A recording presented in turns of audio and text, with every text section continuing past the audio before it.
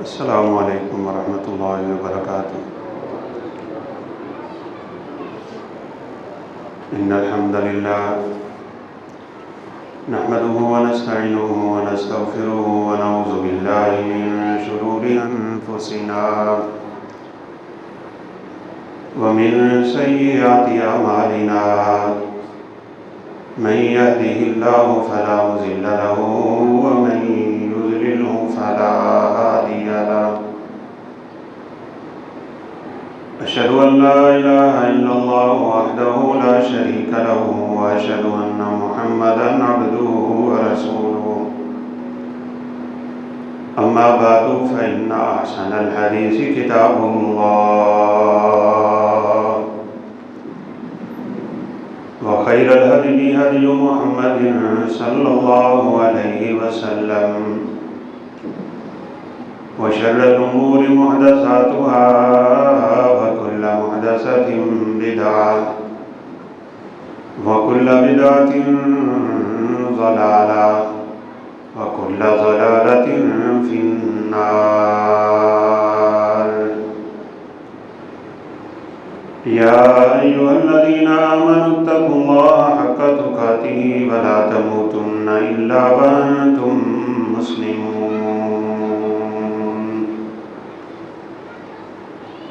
يا أيها الذين آمنوا اتقوا الله وقولوا قولا سديدا يصلح لكم أعمالكم ويغفر لكم ذنوبكم ومن يطع الله ورسوله فقد فاز فوزا عظيما۔ أعوذ بالله من الشيطان الرجيم بسم الله الرحمن الرحيم۔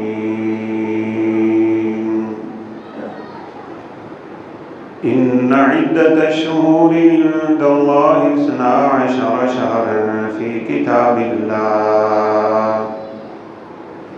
يوم خلق السماوات والأرض منها 4 حرم ذلك الدين القيم فلا تظلموا فيهن أنفسكم۔ وقال الله سبحانه وتعالى في مقام آخر فليحذر الذين يخالفون عن أمره أن تصيبهم فتنة أو يصيبهم عذاب أليم۔ رب اشرح لي صدري ويسر لي أمري واحلل عقدة من لساني يفقهوا قولي۔ رب زدني علما سبحانك لا علم لنا إلا ما علمتنا إنك أنت العليم الحكيم۔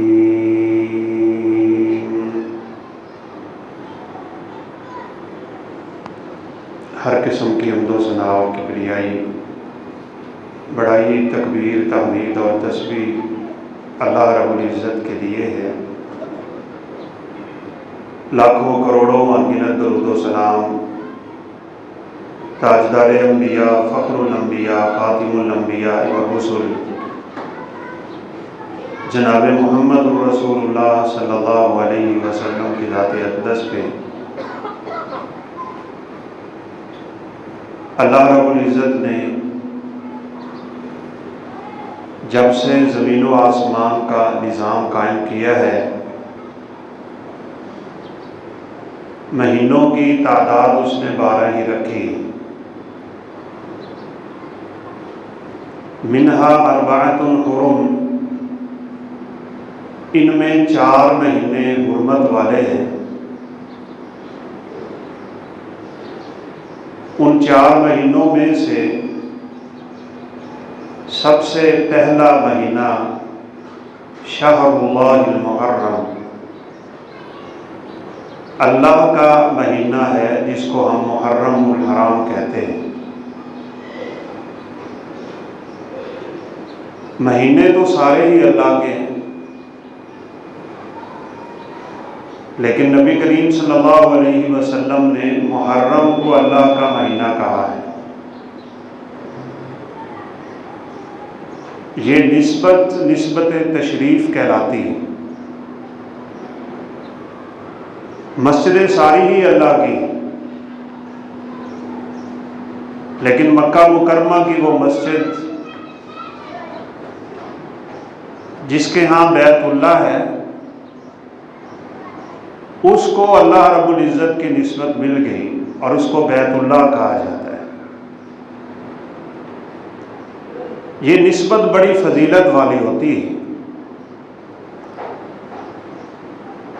اور اس کا اندازہ ہم اس سے لگا سکتے ہیں کہ جس گھر کو بیت اللہ کا لقب دیا گیا ہے، وہاں ایک نماز پڑھنے سے 1,00,000 نماز کا ثواب ملتا ہے۔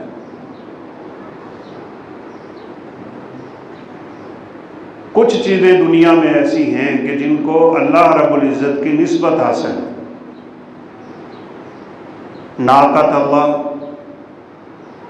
صالح علیہ السلام کی اونٹنی کو اللہ کی اونٹنی کہتے ہیں۔ ویسے تو ساری مخلوقات ہی اللہ کی، لیکن وہ اونٹنی ایک خاص اونٹنی تھی۔ کلام اللہ، یہ اللہ رب العزت کے کتاب کو کہتے ہیں۔ کتابیں ساری ہی اللہ کی تھیں، لیکن جس کی نسبت اللہ رب العزت کی طرف ہوتی چلی گئی ہے، اس کو مقام ملتے گئے۔ رسول اللہ صلی اللہ علیہ وسلم کو اللہ رب العزت نے اپنی طرف منسوب کیا، میرا بندہ۔ بندے تو سارے ہی اللہ کے، تو آپ صلی اللہ علیہ وسلم کی شان بھی دنیا میں نرالی۔ اب اس کو اللہ رب العزت نے اپنی طرف کیوں منسوب کیا اس مہینے کو، اس کے بارے میں تو کوئی وضاحت نہیں ملتی، لیکن اتنا ضرور ہے کہ جب اس کو شہر اللہ کہا گیا ہے تو اس مہینے کی عظمت بہت زیادہ ہے۔ اور یہ عظمت کب سے ہے؟ یہ کوئی سن 61 ہجری میں ہونے والے واقعہ کربلا سے شروع نہیں ہوئی۔ بعض لوگوں کا خیال ہے کہ سیدنا حسین رضی اللہ عنہ کی شہادت کی وجہ سے اس مہینے کو عزت مل گئی۔ ان کی شہادت ایک عظیم شان اپنی جگہ ہے، لیکن یہ مہینہ تو تب سے عزت والا ہے جب سے اللہ نے زمین و آسمان کو بنایا۔ اس لیے کفار مکہ بھی اس کی بہت عزت کرتے تھے۔ لڑائیاں بند ہو جاتی تھی، قتل و غارت بند ہو جاتا تھا۔ 3 مہینے پے در پے آتے ہیں، ذوالقعدہ، ذوالحجہ اور محرم، اور 4تھا مہینہ رجب۔ تو اللہ فرماتے ہیں فَلَا تَظْلِمُوا فِيهِنَّ أَنفُسَكُمْ، ان 4 مہینوں میں خصوصی گناہ نہ کیا کرو۔ گناہ تو ہر وقت ہی حرام ہے، ہر جگہ پہ حرام ہے، ہر مہینے میں حرام ہے، لیکن ان مہینوں میں گناہ کرنے کا وبال زیادہ ہو۔ جیسے ان مہینوں میں نیکیاں کرنے کا، اعمال کا ثواب زیادہ ہو جاتا ہے۔ لہذا یہ جو مہینہ ہے جس کی ابتدا ہو چکی ہوئی ہے، اور آج محرم کی 2 تاریخ ہے، اس مہینے میں ہمیں خصوصی طور پہ اپنے آپ کو گناہوں سے محفوظ رکھنا ہے۔ بہت بڑے گناہ جو زمانہ قدیم میں بھی پائے جاتے تھے، وہ فساد فی الارض ہے، وہ قتل و غارت، اس مہینے میں خصوصی ان کاموں سے اپنے آپ کو روک لینا چاہیے۔ اور ویسے یہ تاریخ اسلامی کا ایک سنہرا باب بھی ہے۔ دنیا میں جتنی بھی تاریخیں چلتی ہیں نا، یا تو وہ کسی خاص شخص کی طرف منسوب ہے، یا وہ کسی خاص قومی دن کی طرف منسوب ہے، لیکن تاریخ اسلامی ان دونوں میں سے کچھ بھی نہیں۔ اس کے پیچھے ایک بہت بڑا خوبصورت پس منظر ہے۔ ہمارے ہاں عیسوی کیلنڈر بہت چلتا ہے، حالانکہ صحیح معنوں میں ہماری تاریخ تو تاریخ ہجری ہونی چاہیے۔ ہمارے مسلمان بھائیوں کو تو پتہ ہی نہیں ہوتا آج عربی کی تاریخ کیا ہے۔ انہیں اتنا پتہ ہے کہ آج کون سا مہینہ ہے اور اس مہینے کی کیا تاریخ ہے عیسوی اعتبار سے۔ اب عیسوی تاریخ کا تعلق سیدنا عیسیٰ علیہ السلام کی ولادت سے ہے۔ جتنی بھی دنیا میں تاریخیں چلتی ہیں، ہندوؤں کی لے لیں، عیسائیوں کی لے لیں، یہودیوں کی لے لیں، یا تو وہ کسی شخص کی طرف منسوب ہیں یا کسی قومی تہوار اور قومی دن کی طرف منسوب، لیکن تاریخ اسلامی رسول اللہ صلی اللہ علیہ وسلم کی ہجرت کی طرف منسوب ہے۔ ایک بہت بڑا منہج، ایک بہت بڑی دعوت، اکیلا شخص جس کی آواز کو دبانے کے لیے پوری دنیا ہے، اور پھر اہل مکہ نے تو ظلم و ستم کی انتہا کر دی۔ کیا کر سکتا ہے وہ شخص؟ یہی کرتا ہے کہ علاقہ چھوڑ جاتا ہے۔ آپ صلی اللہ علیہ وسلم کی ہجرت سے ہماری تاریخ کا آغاز ہوتا ہے۔ ہجرت آپ نے ربیع الاول میں کی تھی، یہ بھی آپ کو پتہ ہونا چاہیے۔ تو پھر محرم سے آغاز کیوں ہوا؟ رسول اللہ صلی اللہ علیہ وسلم نے محرم میں مکہ سے نکلنے کا ارادہ کیا تھا۔ صحابہ کو اجازت مل گئی، وہ ہجرتیں کر کے مدینہ کی طرف آئے، آپ کچھ دیر رکے رہے۔ پھر جب آپ صلی اللہ علیہ وسلم کو اجازت ملی تو وہ ربیع الاول کا مہینہ تھا۔ ارادہ آپ کا محرم میں ہی ہو گیا تھا۔ آپ صلی اللہ علیہ وسلم کی ہجرت سے سیدنا عمر فاروق رضی اللہ تعالیٰ عنہ نے اسلامی مہینے کا آغاز کیا ہے۔ تو یہ محرم الحرام کا مہینہ تھا تو حرمت والا، تھا تو عزت والا، تھا تو احترام والا، اور اس کے محترم ہونے کا مطلب یہ ہے کہ ہم اس میں کوئی ایسا کام نہ کریں جو اللہ رب العزت کو ناراض کرنے والا ہے۔ لیکن افسوس کی بات یہ ہے کہ ہمارے ہاں اس مہینے میں عجیب طرح کی بدعات و خرافات کا سلسلہ چل نکلتا ہے۔ عام مسلمانوں کی زبان پہ یہ بات آ جاتی ہے کہ جی محرم آ رہے ہیں، یہ نہیں کرنا، وہ نہیں کرنا، شادیاں نہیں کرنی، اچھا لباس نہیں پہننا، گھروں میں اچھے کھانے نہیں بنانے۔ کس لیے بھائی؟ وجہ کیا ہے؟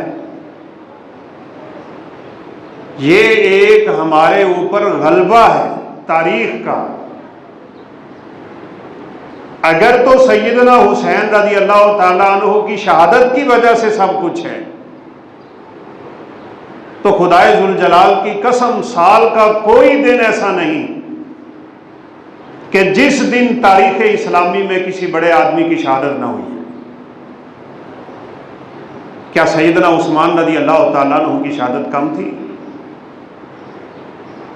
بلکہ ہم تو یہ کہیں گے کہ رسول اللہ صلی اللہ علیہ وسلم کے خون سے قیمتی خون کس کا ہے؟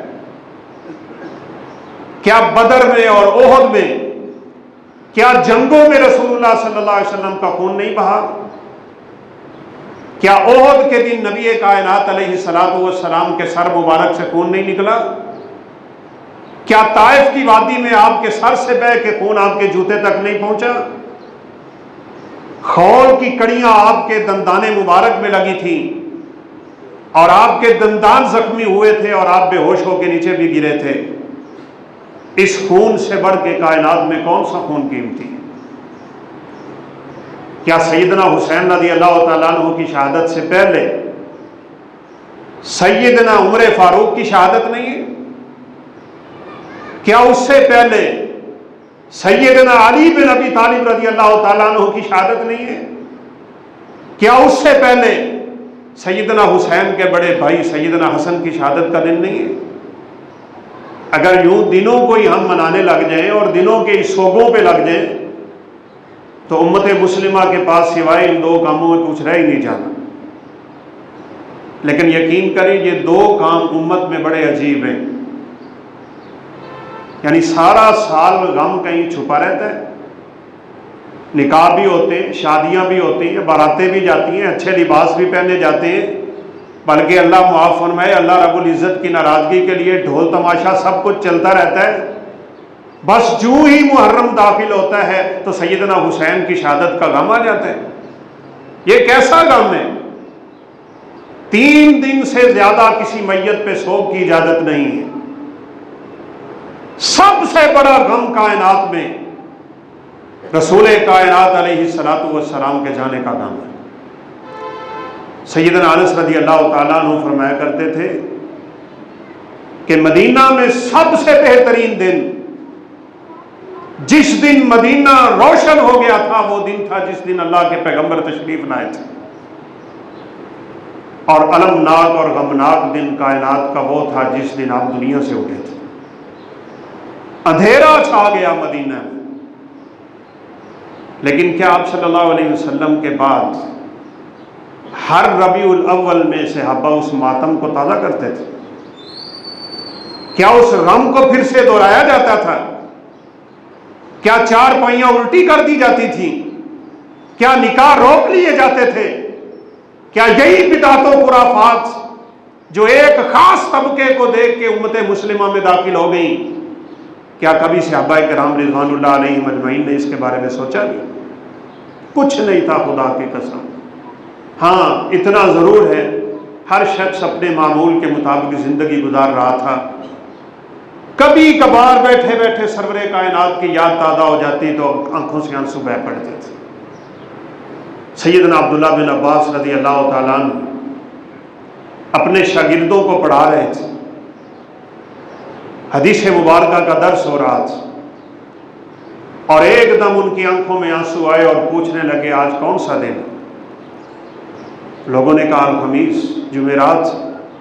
تو کہا الخمیس وما ادراک ما الخمیس، تمہیں کیا علم کہ جمعرات کیا ہے؟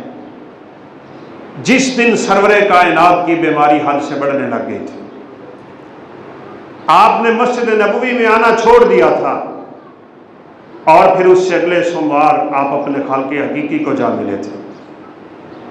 یہ کہہ کے آنکھوں سے زور و قطار آنسو جاری ہو، بس کبھی یاد آتی تو رو لیتے، لیکن یہ تو نہیں تھا کہ غم کا سال منایا جائے، غم کے مہینے منائے جائیں، دن منائے جائیں، اور پورا عشرہ اس حالت میں گزارا جائے کہ اس کو تعزیت کا نام دے کے نہ جانے کون کون سی بدعت و خرافات کا سلسلہ قائم کر دیا جائے۔ شہادت تو یقین مانے ہے کہ اعزاز ہوتا ہے، اور یہ اعزاز اللہ جس کو نصیب کرے وہ خوش ہوا کرتا ہے۔ صحابہ مانگتے تھے اللہ رب العزت سے اللہ ہمیں شہادت دے دے، بلکہ صرف صحابہ نہیں، نبی کریم صلی اللہ علیہ وسلم کی بڑی شدید خواہش تھی۔ آپ صلی اللہ علیہ وسلم نے فرمایا وَدِدْتُ أَنْ أُقَاتِلَ فِي سَبِيلِ اللَّهِ، میرا دل کرتا ہے کہ میں اللہ رب العزت کے راستے میں قتال کروں، جہاد کروں، لڑائی کروں، اقتل، لڑتے لڑتے شہید ہو جاؤں، ثم احیا ثم اقتل ثم احیا ثم اقتل ثم احیا ثم اقتل۔ یہ تو آپ صلی اللہ علیہ وسلم کی خواہش بھی تھی۔ فرمایا اللہ مجھے پھر سے زندہ کرے میں پھر شہید ہو جاؤں، اللہ پھر زندہ کرے میں پھر شہید ہو جاؤں، میرا رب مجھے پھر زندہ کرے میں پھر شہید ہو جاؤں، بار بار مجھے اللہ رب العزت جان دیتا رہے، میں بار بار اس کے راستے میں قربان کرتا رہوں۔ یہ تو تمنا ہے۔ وہ ایک صحابی کھجوریں کھا رہے تھے، تو جب رسول اللہ صلی اللہ علیہ وسلم کی یہ حدیث مبارکہ ان کے کان میں پڑی کہ شہید کے خون کا قطرہ بعد میں ٹپکتا ہے، اللہ اس کی زندگی کے سارے گناہوں کو پہلے معاف کر دیتے ہیں۔ کھجوریں کھا رہے تھے، کھجوریں پھینک دی اور میدان میں کود پڑے، کہا لوگوں سنو مجھے احد کی پرلی جانب سے جنت کی خوشبو آ رہی، میں کھجوریں کھاتا کھاتا رب کی جنت سے لیٹ نہیں ہونا چاہتا۔ آپ بتائیں شہادت کوئی ایسی چیز ہے کہ اس پہ ماتم کیا جائے؟ نہیں بھائی، رسول اللہ صلی اللہ علیہ وسلم نے فرمایا کسی کے لیے جائز نہیں کہ وہ میت پہ 3 دن سے زیادہ سوگ منائے۔ سوائے اس بیوی کے کہ جس کا خامن دنیا سے چلا جائے، تحد 14 و10 4 مہینے 10 دن وہ عورت عدت گزارتی ہے اور غم اس کو ہوتا ہے، بس اس کے علاوہ تو کسی کو 3 دن سے زیادہ سوگ منانے کی اجازت ہی نہیں۔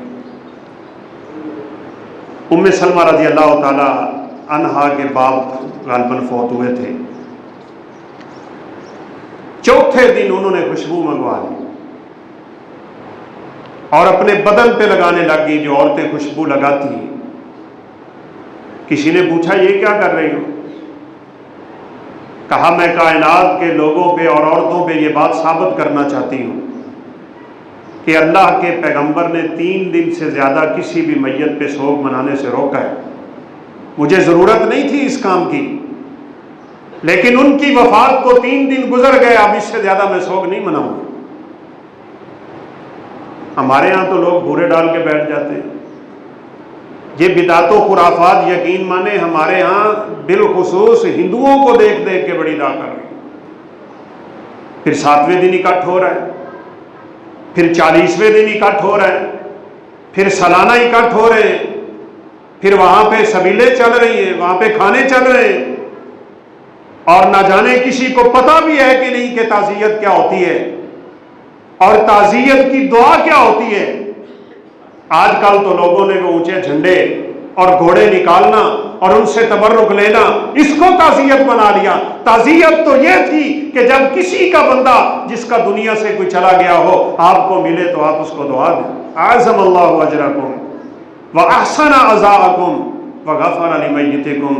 عربی میں نہیں آتی، آپ اردو میں کہہ لیں، پنجابی میں کہہ لیں، اپنی زبان میں کہہ لیں، انا للہ و انا الیہ راجعون، انا للہ ما اخذ ولہ ما اعطى وکل شیء عنده باجل مسمى ولتصبر ولتحتسب۔ سیدھا سیدھا مفہوم، سیدھا سیدھا معنی، ہم سب اللہ کے ہیں، اللہ کی طرف لوٹ جائیں گے، اللہ ہی کا ہے جو اس نے دیا، اللہ کا ہی ہے جو اس نے لے لیا، صبر کرو اللہ اجر دے گا۔ بس اللہ جانے والے کی مغفرت فرمائے، اللہ پچھلوں کو صبر دے، یہ ان دعاؤں کا ترجمہ ہے۔ آپ کو اردو میں آتی ہے، اردو میں کہہ دیں۔ وہاں اکٹھے ہو کے بیٹھ جاتے ہیں، ایک طرف حکا پڑا ہوتا ہے، ایک طرف اخبار پڑی ہوتی ہے، ایک اخبار میں ایک ہاتھ میں اخبار ہے، دوسرے میں حکا ہے، ادھر سے آنے والا کہتا ہے جی فاتحہ خوانی کر لیں، ایک ہاتھ اٹھایا ہوا ہے، دوسرے سے گپیں چل رہی ہوتی ہیں، ادھر توجہ۔ یہ کیا طریقے ہیں؟ سارے طریقے بدعت ہیں، خدا کی قسم۔ بلکہ صحابہ کرام رضوان اللہ علیہم اجمعین فرمایا کرتے تھے کنا نعد الاجتماع والطعام عند اہل المیت من الصناع من النیاحہ۔ میت کے گھر میں جمع ہونا اور وہاں بیٹھے رہنا، وہاں سے کھانے کھانا، ہم اس کو اللہ کے پیغمبر کے زمانے میں بھی نوحہ شمار کرتے تھے، جس سے شریعت نے سختی سے روکا ہے۔ تو ایسے موقعوں پہ ماتم کرنا، تماچے مارنا، گریبان پھاڑنا، اللہ رب العزت کی ناراضگی کے کلمے بولنا، رسول اللہ صلی اللہ علیہ وسلم نے پیشین گوئی فرمائی تھی۔ آپ نے فرمایا اربع من الجاہلیہ، 4 کام جاہلیت کے ایسے ہیں جو میری امت نے چھوڑنے ہی نہیں، کرتے رہیں گے۔ ان میں سے ایک کام یہی ہے النیاحہ، مرنے والے پہ ایسا سوگ اور ایسا طریقہ ہوگا کہ وہ رب کو ناراض کر جائے گا۔ رسول اللہ صلی اللہ علیہ وسلم نے فرمایا الناحیہ، یہ نوحہ کرنے والی، جس کو ہم پنجابی میں بہن کہتے ہیں، وہم کرنے والی۔ عورتوں میں یہ بیماری کثرت سے ہے اور مردوں میں بھی پائی جاتی ہے۔ 2 آوازوں کو اللہ کے پیغمبر نے اللہ کی نافرمانی کی آوازیں کہا ہے۔ ایک جو آواز ڈھول کی، سرنگی کی، گانے کی اور یہ طبلے اور باجے کی ہوتی ہے، اور دوسرا فرمایا مصیبت کے وقت انسان کی وہ آوازیں جن کو شیطان اس سے نکلواتا ہے اور اللہ رب العزت کو وہ ناراض کر جاتی ہیں۔ صوتین احمقین، یہ تو ایسے لوگوں کی آوازیں ہوتی ہیں جن کو شریعت کا پتہ ہی نہیں۔ فرمایا یہ نوحہ کرنے والی اگر توبہ کیے بغیر مر گئی نا تو قیامت کے دن اس حال میں اللہ اسے لائے گا کہ اس کے اوپر جہنم کی تار کول کا نعوذ باللہ اللہ رب العزت عذاب نازل کرے گا۔ لباس اسے پہنایا جائے گا جہنم کی تار کول کا، جسے ہم پنجابی میں لوگ کہتے ہیں، ذرا سڑکاں تے ویکھیا کرو جدو پہندی ہے تو دی حال کوئی گرے بان نہ پھاڑے، کوئی نوحہ نہ کرے، کوئی اپنی زبان سے رب کی ناراضگی کے کلمے نہ بولے، ایک ہی آواز مصیبت کے وقت مسلمان کی زبان پہ ہونی چاہیے، انا للہ و انا الیہ راجعون، بس اور کچھ نہیں۔ اور یہ بندے اللہ رب العزت کے بڑے محبوب ہوتے ہیں۔ ایک حدیث میں ہے، رسول اللہ صلی اللہ علیہ وسلم کا فرمان ہے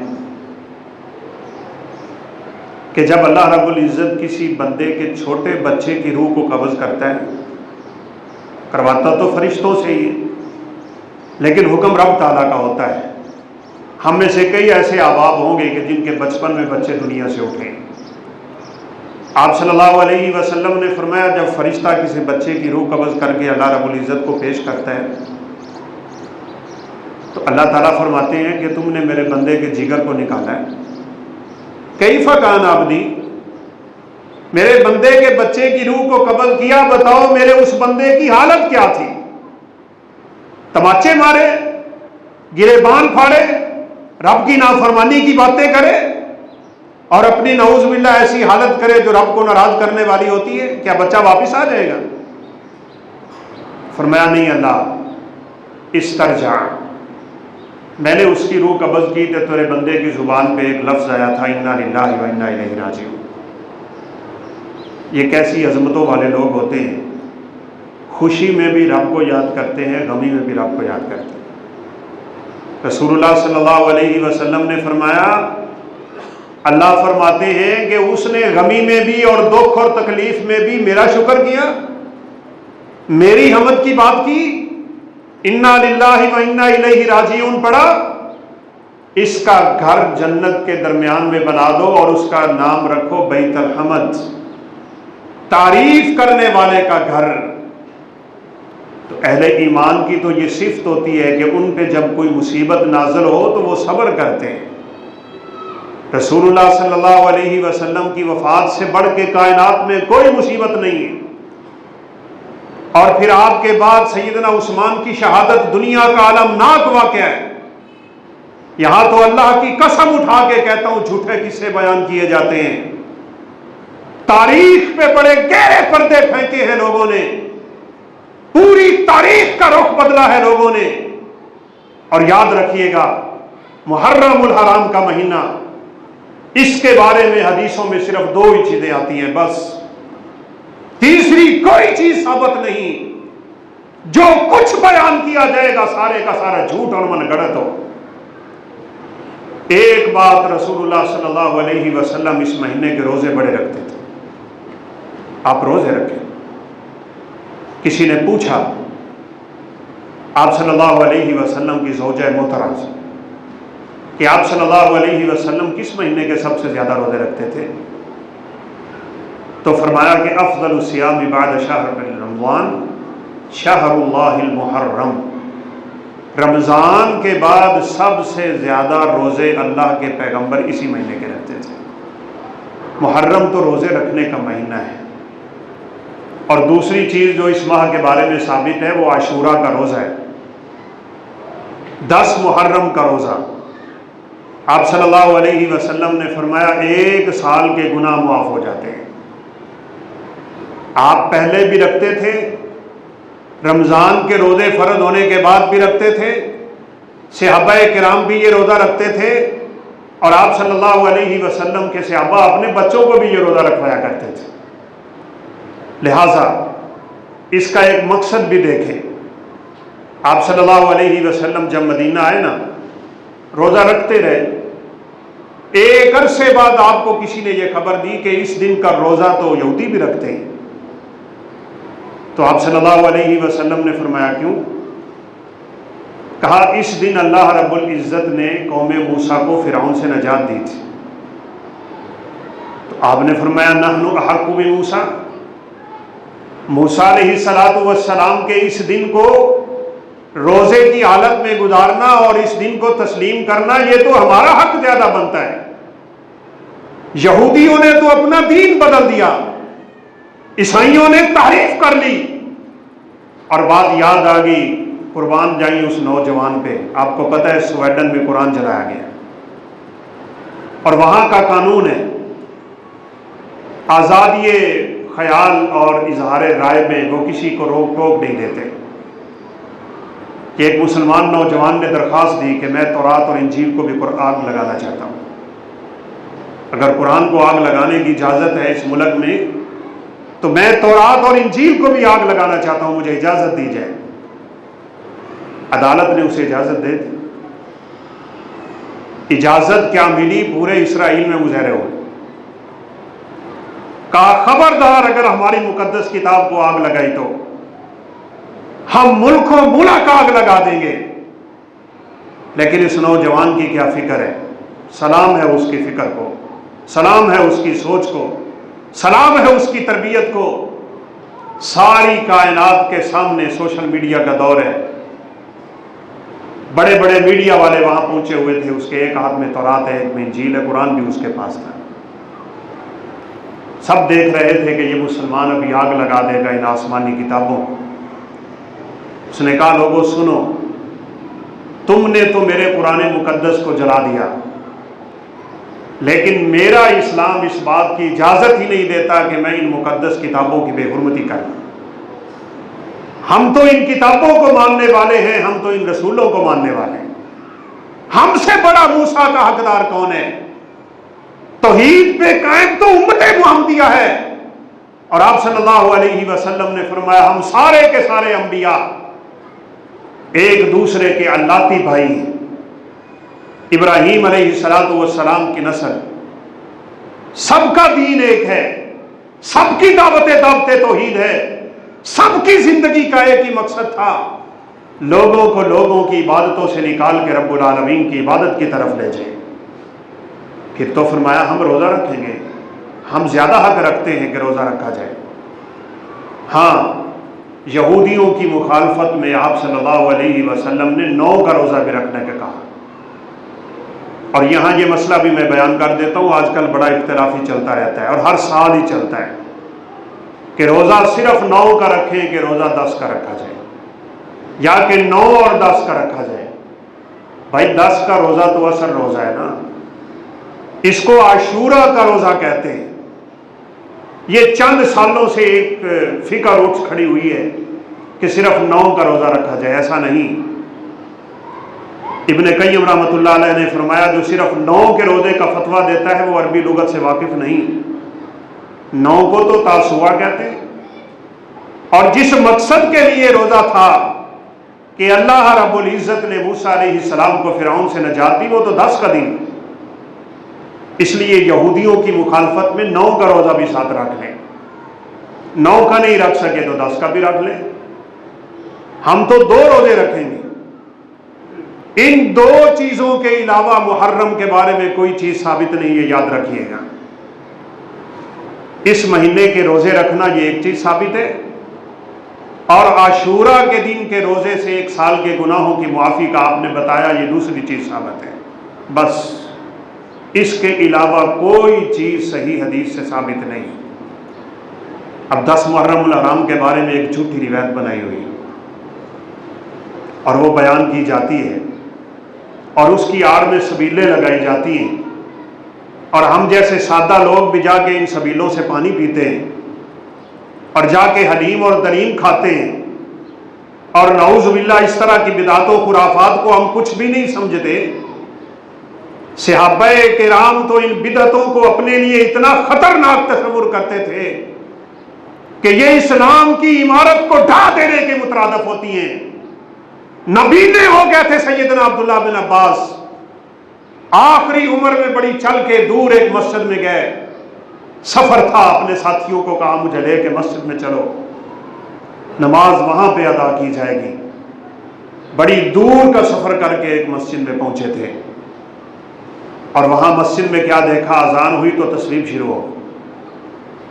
رسول اللہ صلی اللہ علیہ وسلم نے تصویب سے منع کیا۔ تصویب کیا ہوتی ہے یہ معاف کیجئے گا، مجھے یہاں کا پتہ نہیں ہے، لیکن اہل حدیثوں کی مسجدوں میں بھی یہ کام شروع ہوا ہے۔ اذان ہو گئی پھر بھی اعلان ہو رہے ہیں، اٹھ جاؤ جی 1 گھنٹہ رہ گیا ہے، 1.5 گھنٹہ رہ گیا ہے، اور کچھ بیچارے نیکی کی غرض سے اذان کے بعد اعلان کرتے ہیں آ جاؤ جماعت کا ٹائم ہو گیا ہے۔ جس بندے کو اذان سن کے مسجد میں آنے کی توفیق نہیں ہوئی وہ مولوی کا اعلان سن کے آ جائے گا؟ آپ نے اس سے منع فرما دیا۔ اذان کے بعد گھروں کے دروازوں پہ جا جا کے دستک دیتا تھا مؤذن اور کہتا تھا آؤ مسجد میں۔ آپ صلی اللہ علیہ وسلم نے اس سے روک دیا۔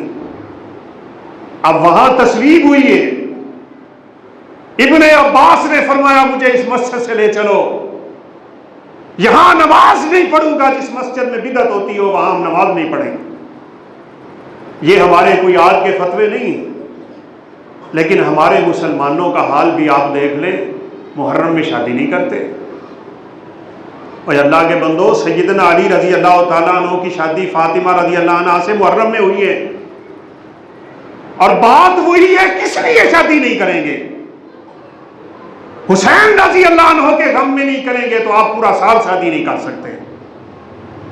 کبھی رسول اللہ صلی اللہ علیہ وسلم کی وفات کا دن ہے، کبھی ابو بکر کی وفات کا دن ہے، کبھی عمر کی شہادت تو کبھی عثمان کی شہادت، کبھی علی کی شہادت تو کبھی حسن کا غم ہوگا، کبھی حسین کا غم ہوتا تو کبھی کسی مسلمان کا۔ پھر تو آپ سارا سال انہی غموں میں ڈوبے رہیں گے۔ ایک قوم اٹھتی ہے اور 12 ربیع الاول کو جشن کے نام سے خوشیاں منانا شروع ہو جاتی ہیں۔ نہ اسلام میں اس طرح کی خوشی کا تصور، نہ ہی اسلام میں اس طرح کے غم کا تصور۔ خوشیاں اسلام میں صرف 2 ہی ہیں جن کو اجتماعی خوشی کہا جائے گا، ایک عید الفطر کی اور ایک عید الاضحیٰ کی، بس۔ نہ ہمیں ایسے عشق کی ضرورت ہے جو ربیع الاول میں اٹھے اور پھر غائب ہو جائے، نہ ہمیں ایسے غم کی ضرورت ہے جو محرم کے پہلے دن اٹھے اور 10 محرم کے بعد غائب ہو جائے۔ وہی خانہ کعبہ کے ماڈل گلیوں میں رولتے ہیں ربیع الاول میں، وہی مسجد نبوی کے تصور نعوذ باللہ پوسٹر گلیوں میں رولتے پھرتے ہوتے ہیں، اور وہی ذوالجلال اور وہی شبیہ، وہی نظریہ، وہی عقیدہ، وہی باطل سوچیں، وہی گندے عقیدے، گھٹیا سوچ۔ اور میں یہاں یہ بھی بات کر دوں تو انشاءاللہ اپنی بات میں جھوٹا نہیں ہوں، ہمارے اہل حدیث علماء بھی اس مہینے کے شروع سے لے کے 10 محرم تک واقعہ کربلا یوں بیان کرتے ہیں جیسے شیعہ لوگ بیان کرتے ہوں۔ ان کی نظریے یہی، سوچے یہی، فکرے یہی، ترانہ وہی، ترنم یہی، طرز وہی، فکر وہی، سوچ وہی۔ خدا کی قسم اٹھا کے کہتا ہوں اس کا شریعت اسلامیہ سے کوئی تعلق نہیں، یہ بدعت ہے اور ہمارے اندر بھی داخل ہو چکی، سن سن کے، دیکھ دیکھ کے، سوچ سوچ کے۔ بھائیو، حسین رضی اللہ تعالیٰ عنہ کی شہادت پتہ کیوں ہوئی؟ ویسے تو ان رازوں کو اللہ رب العزت جانتے ہیں، لیکن ہماری ایک ادنا سی سوچ ہے، اور وہ یہ، اللہ جس بندے کو اپنے قریب کرنا چاہتا ہو نا اس پہ بڑی مصیبتیں نازل کرتا ہے، حد سے زیادہ مصیبتیں نازل کرتا ہے۔ اور آپ اگر گہری نظر سے سوچیں گے تو اس میں ایک راز ہوتا ہے، اور وہ راز یہ ہوتا ہے بندہ جب دکھوں میں گرفتار ہونا تو رب کو یاد کرتا ہے۔ دکھ میں گھرا ہوا بندہ جب رب کو یاد کرتا ہے تو اللہ کو خوشی بڑی ہوتی ہے، اس وقت دل سے آوازیں اٹھتی ہیں۔ وہ ہم نے کہیں واقعہ پڑھا، اگرچہ وہ ضعیف بھی ہو سکتا ہے، لیکن یہ واقعات صرف اور صرف یاد دہانی اور تذکیر کے لیے ہوتے ہیں۔ حجاج بن یوسف کا ظلم کائنات میں مشہور ہے۔ ایک دن سنا کعبۃ اللہ کے ساتھ ایک بندہ دعائیں مانگی جا رہا ہے، یا اللہ میں نابینا ہوں مجھے آنکھیں عطا کر۔ ہر دن اس کا گزر ہوتا تو اس کی یہی آواز ہے، یہی رٹا ہے، یا اللہ مجھے آنکھیں دے، یا اللہ مجھے آنکھیں دے، یا اللہ مجھے آنکھیں دے۔ کہتے ہیں حجاج بن یوسف نے ایک دن اس کو پکڑا اور کہا سن، میں حجاج بن یوسف ہوں، اگر کل کو تیری آنکھیں واپس نہیں آئیں تو میں تیری گردن اڑا دوں۔ بس کیا تھا، اب گردن کے اڑنے کا شوق ہے نا، اب کیا خوف ہے۔ ساری رات رب سے ایسا رو رو کے مانگا کہ اللہ نے اسے آنکھیں عطا کر۔ ہم مانگتے بھی ہیں تو عادت بنا کے، ہم تو اسی لیے نماز کے بعد دعا نہیں کرواتے، سیدھی بات ہے۔ کوئی کہہ بھی دے تو ہم تو کہتے ہیں بھائی معذرت، جب اللہ کے حبیب نے نہیں کی تو ہم کیوں کریں؟ اس دعا کو لوگوں نے عادت بنایا ہوا ہے۔ مولوی صاحب یوں ہاتھ اٹھا لیتے ہیں اور سارے اٹھا کے منہ پہ پھیر لیتے ہیں، یہ دعا ہوتی ہے؟ ہمیں دعا کرنے کا ڈھنگ ہی نہیں آیا۔ رات کے پہر اٹھ اکیلے رب کے سامنے، تو ہو اور تیرا رب ہو، تیری آنکھیں ہو اور تیری آنکھوں میں رب کے خوف سے گرنے والے آنسو، کوئی سننے والا نہ ہو وہاں تیرے اور تیرے رب کے علاوہ، کوئی یاد نہ کر کسی اور کو، اپنی زندگی کی ساری فلم کو اپنی آنکھوں کے سامنے چلا کے میں کیا کرتا رہا ہوں۔ پھر سچے دل سے اپنے رب کے سامنے رو۔ رب ذوالجلال کی قسم، حدیث مبارکہ کے الفاظ، قطرتان یحبہم اللہ، دو قطرے رب کو بڑے محبوب ہوتے ہیں، ایک شہید کے جسم سے ٹپکنے والا، دوسرا خوف خدا سے آنکھ سے نکلنے والا۔ یہ دونوں قطرے اپنی جگہ سے نکل کے بعد میں ٹپکتے ہیں، اللہ پوری زندگی کے گناہوں کو پہلے معاف کرے۔ یوں کر پھر رب سے دعا، پتہ چلے دعا ہو رہی ہے۔ ایسے نہیں جیسے ہم نے رسمیں بنا رکھی، مولوی صاحب دعا کرے آج، بھائی ٹھیک ہے، کسی سے دعا کروانا بھی جائز ہے، یہ نہیں ہے کہ جائز نہیں، لیکن اصل دعا وہی ہے جو تیرے لبوں سے اٹھتی ہے، تیرے دل سے نکلتی ہے، تیرے اور تیرے رب کے علاوہ کوئی نہیں ہوتا، خالصتاً تو اپنے رب کو پکار رہا ہوتا ہے۔ اور یہاں میں یہ بھی کہہ دوں تو مبالغہ نہیں، اللہ رب العزت کو دعاؤں میں الفاظ کی ضرورت بھی نہیں۔ بعض لوگ بڑے جڑے جڑے کلمے تلاش کرتے ہیں، دعاؤں میں سارا تکلف ہی تکلف ہوتا ہے۔ وہ جو بندہ جس کی دعا میں یہ الفاظ تھے کہ یا اللہ تو میرا بندہ میں تیرا رب،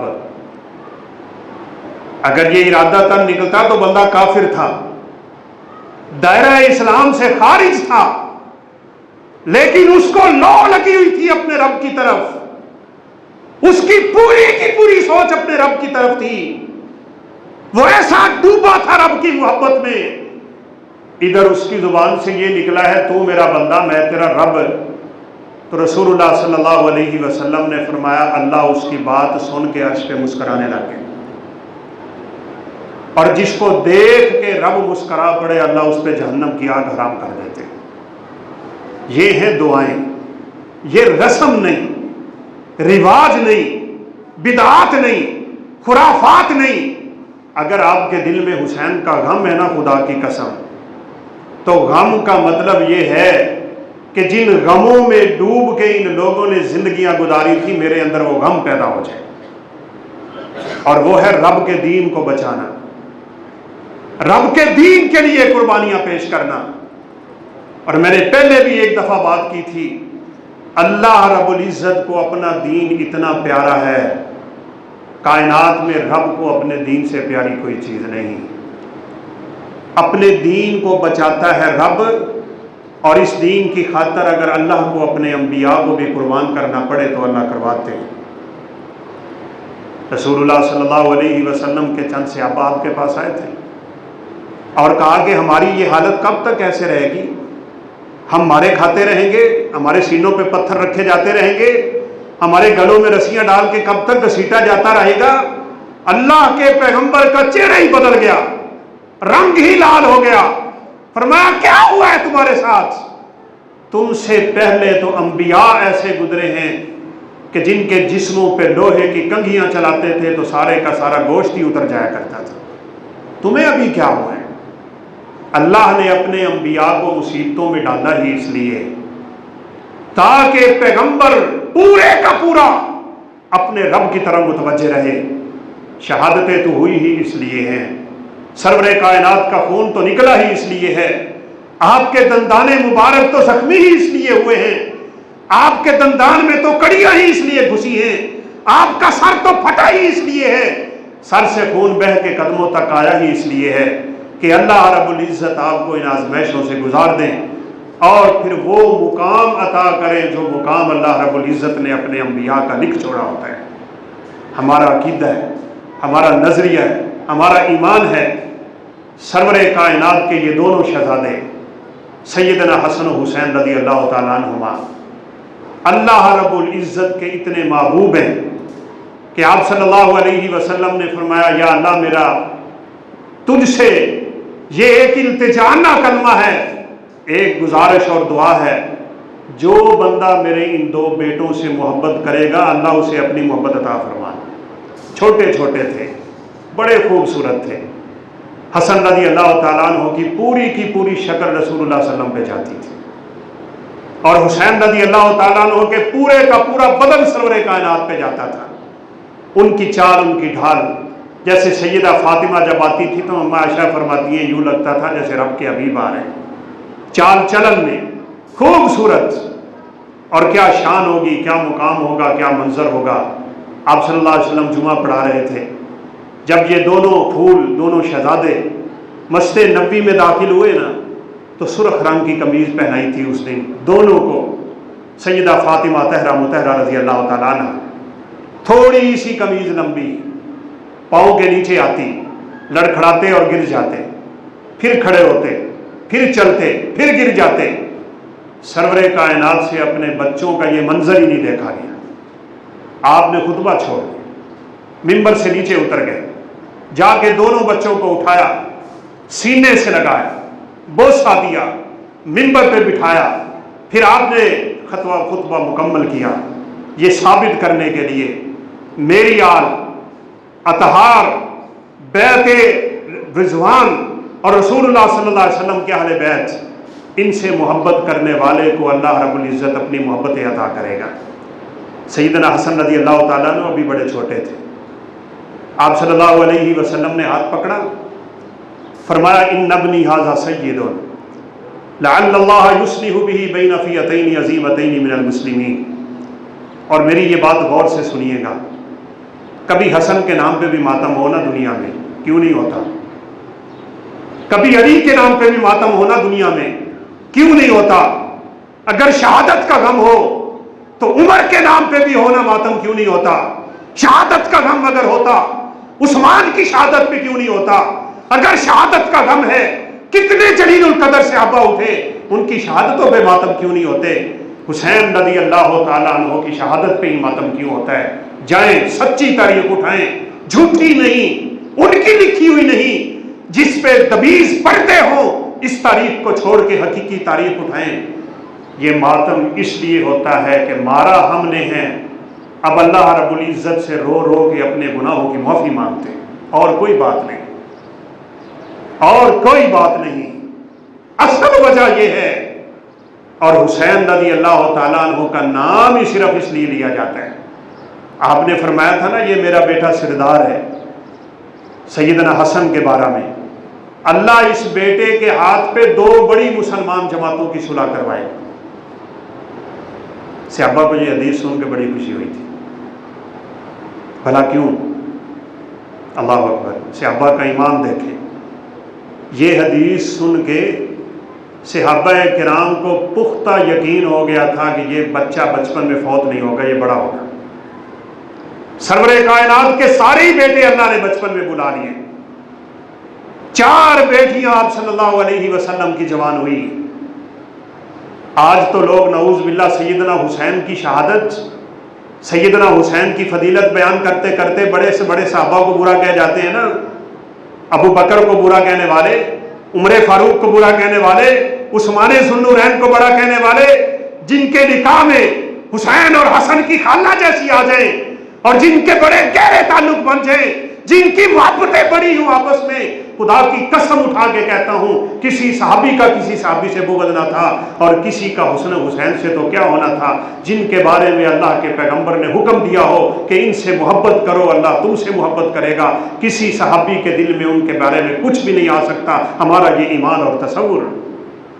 علی رضی اللہ تعالیٰ عنہ اٹھا کے کھڑے تھے سیدنا حسن، تو ابو بکر صدیق رضی اللہ تعالیٰ عنہ آئے اور پکڑا سیدنا حسن کو اور بڑے پیار سے کہا شبیہٌ بالنبی لا شبیہٌ بعلی، یہ محبت کی باتیں ہوتی ہیں.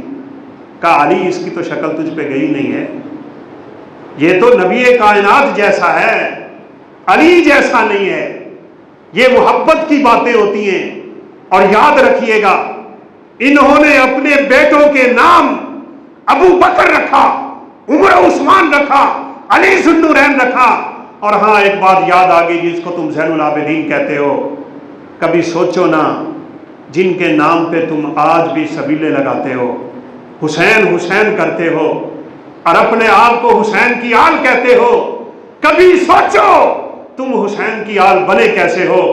اگر ان کا آپس میں تعلق اچھا نہیں تھا کیسے حسین رضی اللہ تعالیٰ عنہ کی ایران میں شادی ہوئی تھی؟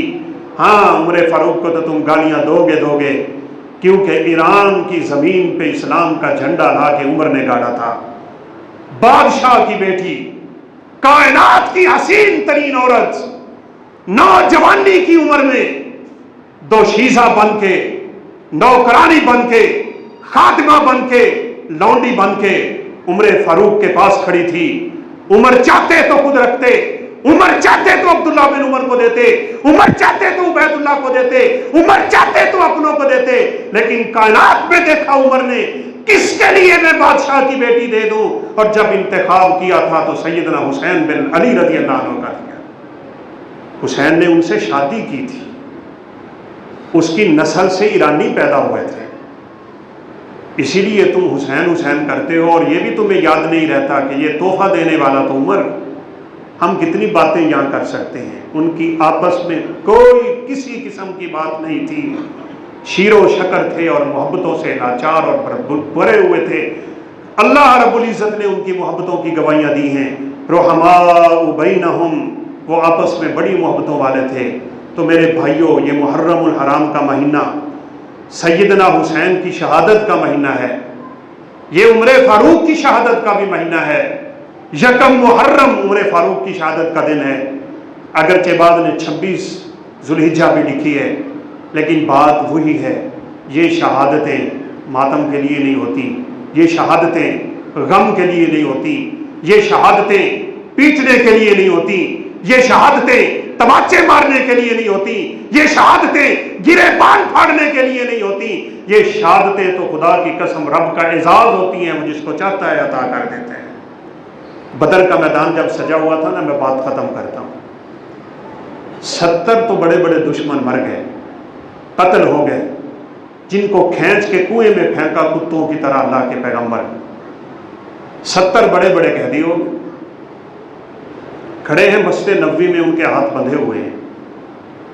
اور قربان جائے اسلام اور اسلام کی طاقت اور اسلام کی محبت. اللہ کے حبیب کا چچا بھی سامنے کھڑا ہے، عباس کی مشکیں بھی بندھی ہوئی، رب کے حبیب کی بیٹی زینب کا خامد بھی سامنے قیدیوں میں کھڑا ہے. بڑے بڑے رشتہ دار کھڑے تھے. لیکن کاش ہمارا ایمان بھی یہاں تک پہنچے، جہاں بات ایمان کی آئے وہاں رشتے قربان کر دو، جہاں بات ایمان کی آئے وہاں تعلق قربان کر دو، وہاں اپنی سوچیں اور فکریں سب کچھ چھوڑ دو. مشورہ کیا میرے حبیب نے، کہا بتاؤ یہ بدر کے قیدیوں کے ساتھ کیا کیا جائے. اللہ اکبر.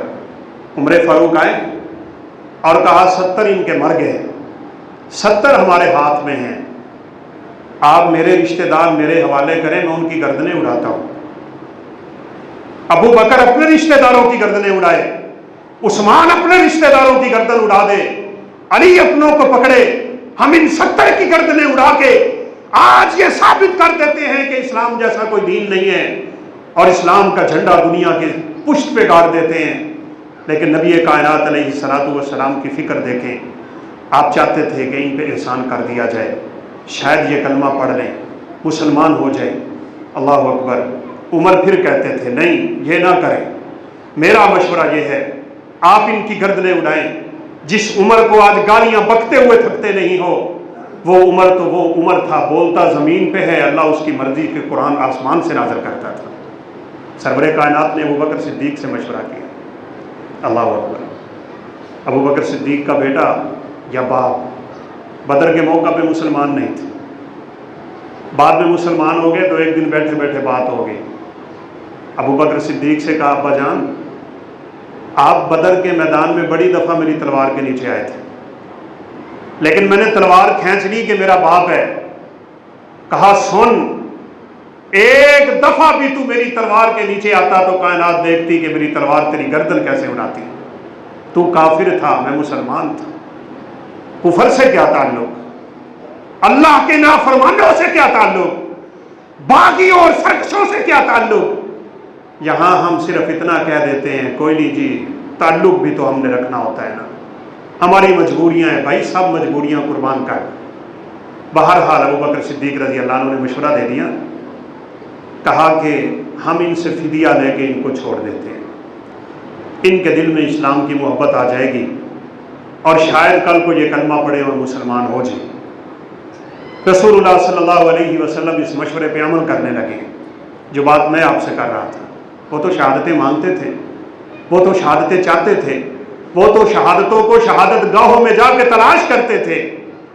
خالد بن ولید جیسے جلیل القدر کمانڈر کی موت بستر پہ آ رہی تھی تو آنکھوں سے زوروں قطار آنسو بہ رہے تھے. کسی نے پوچھا خالد رونے کی وجہ؟ کہا میرے جسم کا کوئی حصہ ایسا نہیں ہے جس پہ راہ خدا میں زخم نہ لگا، لیکن میں بستر پہ مر رہا ہوں، اس سے بڑا غم کیا ہے. بات کرنے والے نے بڑی بات کی اور زخمی دل پہ گویا کہ مرہم رکھ دیا. کہا آپ کو اللہ کے پیغمبر نے سیف اللہ کا لقب دیا ہے، تو رب کی تلوار ہے. اگر میدان میں شہید ہوتا تو دشمن نے کہنا تھا ہم نے رب کی تلوار کو توڑ دیا، اس لیے اللہ نہیں چاہتے. اس تیری بستر پہ موت آ رہی ہے کوئی بات نہیں. قیدیوں کو چھوڑنے لگے. ترمذی شریف کی روایت ہے، جبریل امین آ گئے، کہا سنیں اپنے صحابہ کو بتا دے اگر مال کے بدلے میں ان قیدیوں کو چھوڑنے لگے ہو، اگلی جو بھی جنگ ہوگی آپ کے صحابہ میں سے 70 شہید ہو جائیں گے. اگر ان کو یہ منظور ہے تو آپ ان کو چھوڑ دیں. آپ صلی اللہ علیہ وسلم نے مشورہ کیا، کہا اگر ان کو مال کے بدلے میں اور فدیہ کے بدلے میں چھوڑنا ہے تو اگلی جنگ میں تمہارے 70 شہید ہوں گے. صحابہ نے مسکرا کے کہا شہادت کی تو ہم چاہتے ہیں، شہید ہوں گے تو پھر کیا. اس لیے کائنات جانتی ہے اگلا احد کا میدان سجا تھا اور احد میں 70 صحابہ شہید ہوئے تھے. شہادت تو ایک اعزاز ہے، ہمیں تو بلکہ دعائیں کرنی چاہیے اور میں کرتا بھی ہوں. اللہ رب العزت ہم سب کو شہادت کی موت نصیب فرمائے، سعادت کی زندگی ہو، شہادت کی موت ہو. یہ تو کیا کمال ہے، یہ وہ مقام ہے، اللہ کی قسم کیا مقام ہے. اللہ رب العزت قبر میں فرشتوں کے ذریعے سوال کروائیں گے، جس کو فتنہ قبر کہا جاتا ہے. تیرا رب کون، تیرا نبی کون، تیرا دین کون. یہ 3 سوال ہر بندے سے ہوں گے. اگلا مرحلہ تو بعد کا ہے، لیکن نبی کائنات علیہ الصلوۃ والسلام نے فرمایا شہیدوں سے اللہ قبر میں یہ سوال بھی نہیں کرے گا. فتنہ قبر سے بھی محفوظ. کسی نے پوچھا کیوں؟ کہا کفا ببارکۃ السیوف علی رأسہ فتنہ. جب اس کے سر پہ تلواریں چمک رہی تھی تو یہ تھوڑی آزمائش تھی، ساری زندگی رب کے دین کے لیے. اس سے بڑی سعادت کیا ہے؟ یہ سعادت ہے. اللہ ہم سب کو نصیب فرمائے سعادت کی زندگی ہو، شہادت کی موت ہو. اللہ رب العزت ہمیں ان صحابہ کرام کے نقش قدم پہ چلنے کی توفیق دے. ان اہل بیت اطہار سے اللہ ہماری دلی محبتیں قائم فرمائے اور اللہ رب العزت ہم سب کو بدعت و خرافات سے بچا کے رکھے. وآخر دعوانا